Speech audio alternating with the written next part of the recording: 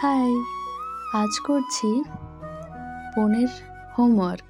মানে এটা বোনকে তার স্কুলে গ্রীষ্মের হোমওয়ার্ক দিয়েছে, কফির কাপ দিয়ে ফুল বানাতে হবে। তো প্রথমে এইভাবে কেটে নিয়েছি কফির কাপটা, তারপরে এই পাপড়িগুলোকে একটু কার্ভ করে কেটে নিতে হবে।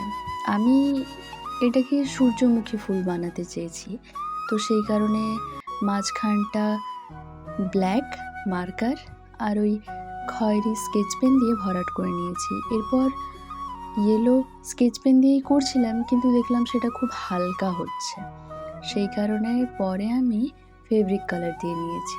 এরপর আমার কাছে কালারিং পেপার ছিল না, সেই কারণে একটা বুদ্ধি বার করলাম। তো 3টে কাগজকে আঠা দিয়ে চিটিয়ে কালার করে এইভাবে পাতা বানিয়ে নিয়েছি। এরপরে ফুলের কাণ্ডটা করার পালা। এইভাবে রোল করে ব্রাউন কালার করে নিয়েছি। এরপর এক একটা অংশ জোড়ার পালা। বোন তো শেষে দেখে বলছে হ্যাঁ, তার ভালোই লেগেছে। এরপর তোমরা বলো তোমাদের কীরকম লাগলো। ওকে, কিপ ওয়াচিং।